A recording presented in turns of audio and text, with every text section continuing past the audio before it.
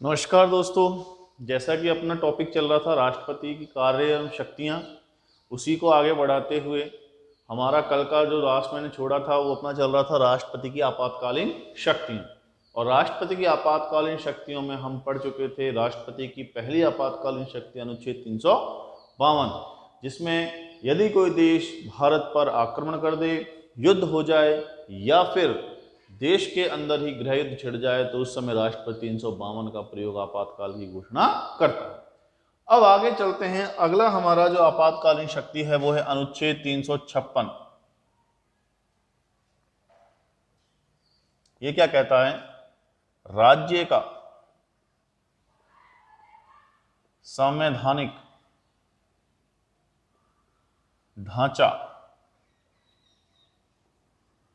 बिगड़ने पर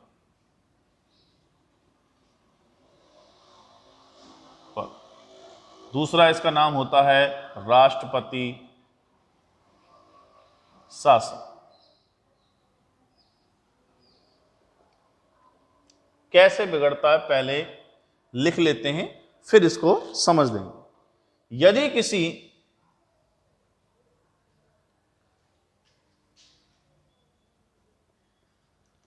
राज्य की सरकार संविधान के अनुसार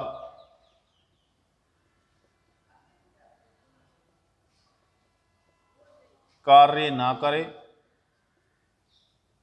या सरकार बहुमत में ना होकर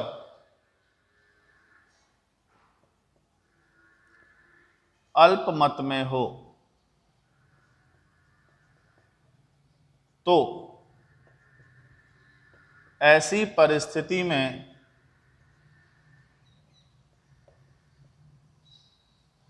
राज्यपाल राष्ट्रपति से राज्य में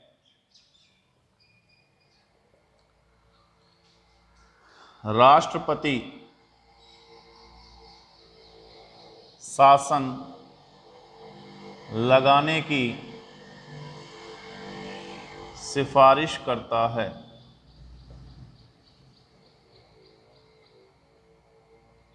तथा राष्ट्रपति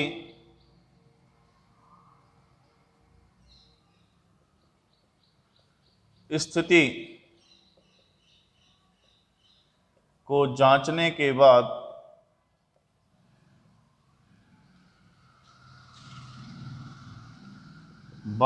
राज्य में राष्ट्रपति शासन की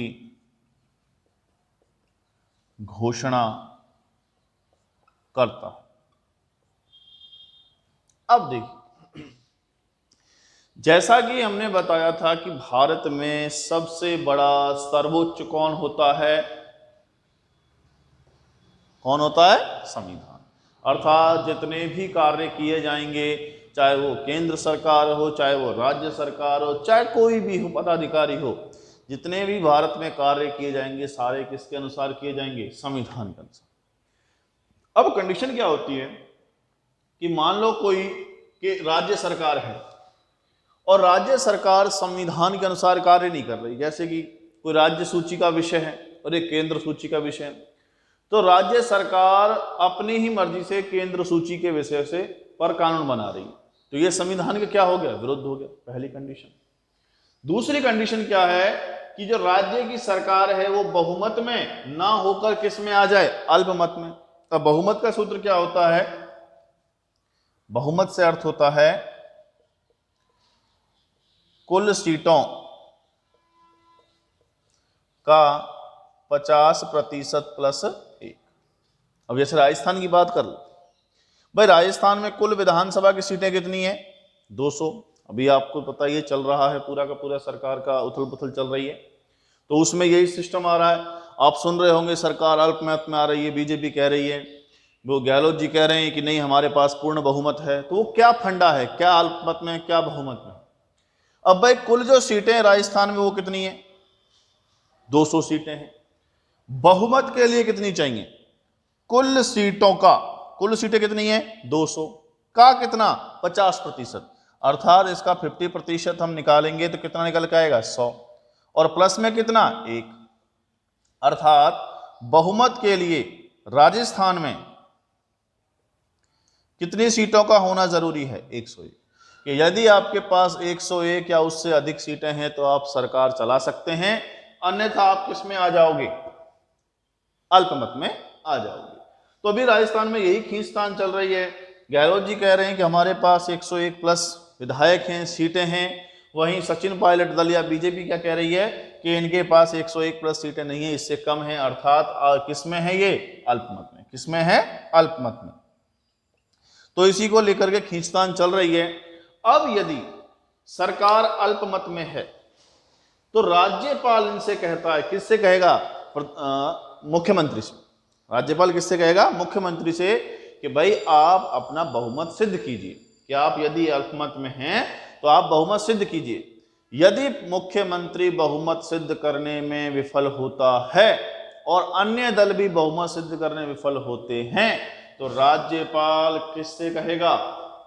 राष्ट्रपति से, कि राज्य में कौन सा शासन लगा दो? राष्ट्रपति शासन। क्योंकि राज्य की सरकार संविधान के अनुसार नहीं चल रही है, सरकार अल्पमत में है, बहुमत पेश नहीं किया जा रहा है, इसलिए आप यहां पर कौन सा शासन लगा दो? राष्ट्रपति शासन।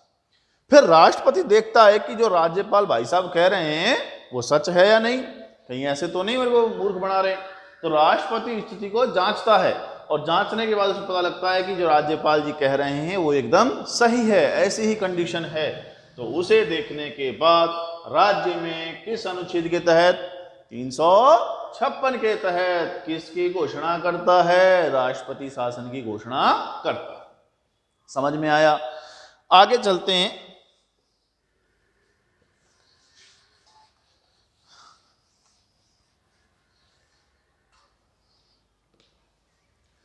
संसद द्वारा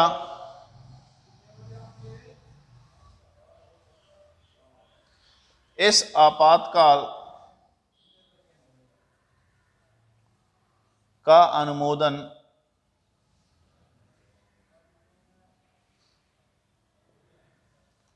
दो माह के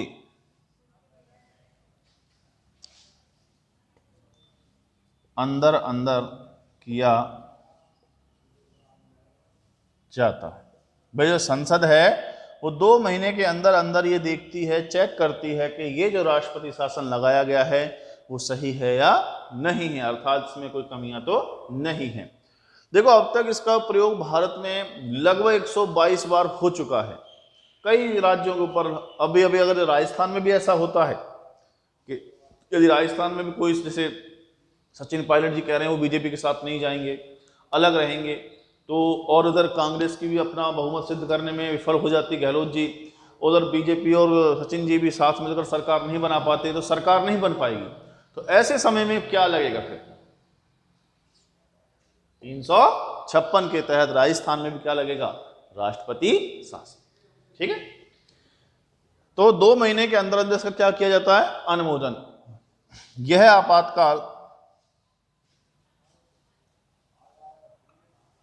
अधिकतम 3 वर्ष तक के लिए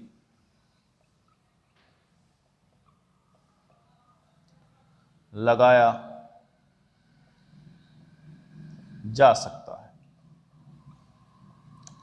ठीक है भाई, न्यूनतम का कोई प्रावधान नहीं है, 1 दिन में हट जाए, 2 दिन में हट जाए, लेकिन अधिकतम कितने साल तक रहेगा? 3 साल तक। 3 साल बाद इसे हटाना ही पड़ेगा। तो नोट कीजिए। आगे चलते हैं, अपना आपातकाल नंबर 3।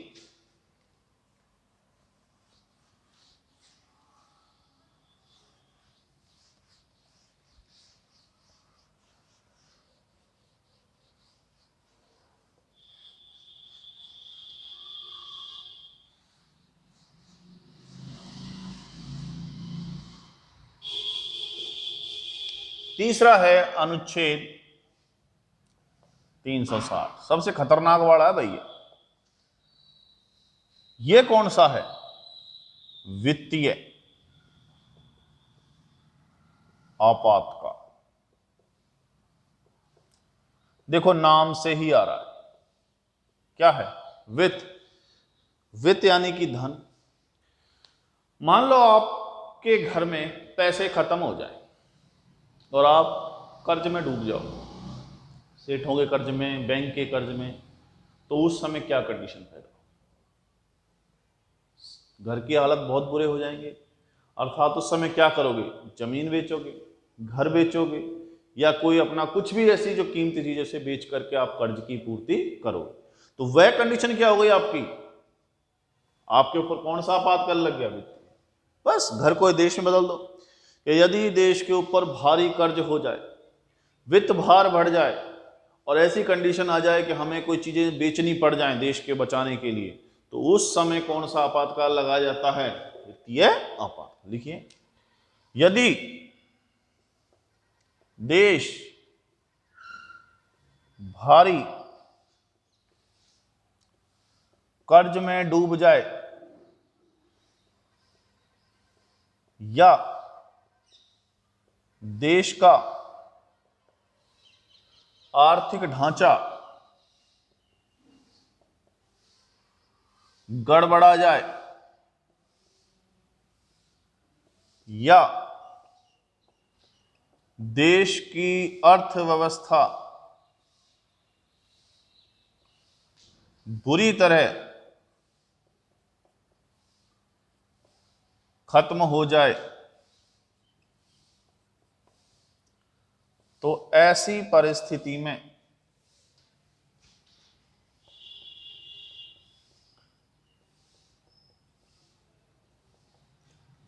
राष्ट्रपति अनुच्छेद 360 के तहत देश में वित्तीय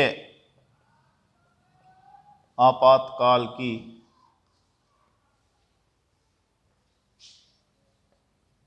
घोषणा करता है। संसद द्वारा इस आपातकाल का अनुमोदन 2 माह के अंदर अंदर किया जाता है।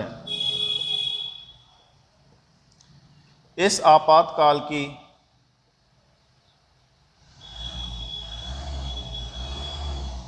कोई न्यूनतम एवं अधिकतम अवधि नहीं है। तो देखो वही चीज आ गई कि देश यदि भारी किस में डूब जाए, कर्ज में डूब जाए, या देश का आर्थिक ढांचा, पैसे लेन देन पूरा गड़बड़ा जाए, अर्थव्यवस्था पूरी तरीके से खत्म हो जाए, तो ऐसी कंडीशन में क्या लगाया जाएगा राष्ट्रपति द्वारा? वित्तीय आपातकाल। किस अनुच्छेद के तहत? 360 के तहत। बहुत भाई ये एक तरीके से कहा जाए बहुत ही दयनीय स्थिति वाला ये आपातकाल होता है, और भगवान करे ये लगे भी ना, क्योंकि ऐसी कंडीशन पैदा हो जाती है कि यहाँ तक जो निजी संपत्ति है सरकार उसे भी बेच सकती है। बाकी जो वेतन भत्ते हैं वो तो रुकेंगे ही रुकेंगे, हमारी निजी प्रॉपर्टी जो होती संपत्ति उसी होती है उसे भी सरकार बेच सकती है। इतना भयंकर ये आपातकाल होता है। तो इसलिए अब तक भारत में ये आपातकाल नहीं लगा है। तो नोट में लिख लेना, भारत में इस आपातकाल का प्रयोग अब तक एक भी बार नहीं किया गया है।